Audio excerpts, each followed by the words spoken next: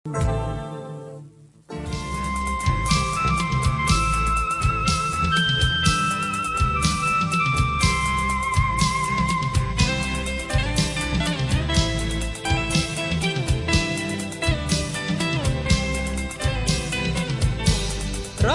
ព្រៀងត្លៀងនៅស្រុក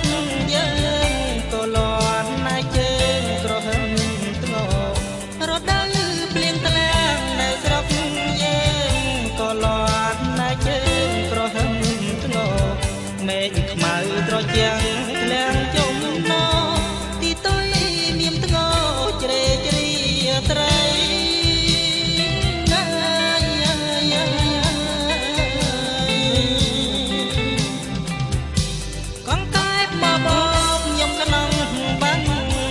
យំត្រហឹងតាមកោមគៀកងកែបមកបបយំក្នុងបាំងស្រែកយំត្រហឹងតាមកោមគៀប្រលឹមស្វាងរាព្រះសូរិយានាងស្រែកចំការទឹមគោក្របី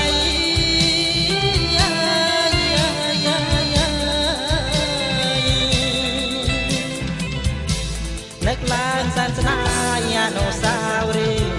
កាលយើងទាំងពីរនៅក្មេងវ័យនឹងឡើងសែនស្នាយអនុស្សាវរីយ៍កាលយើង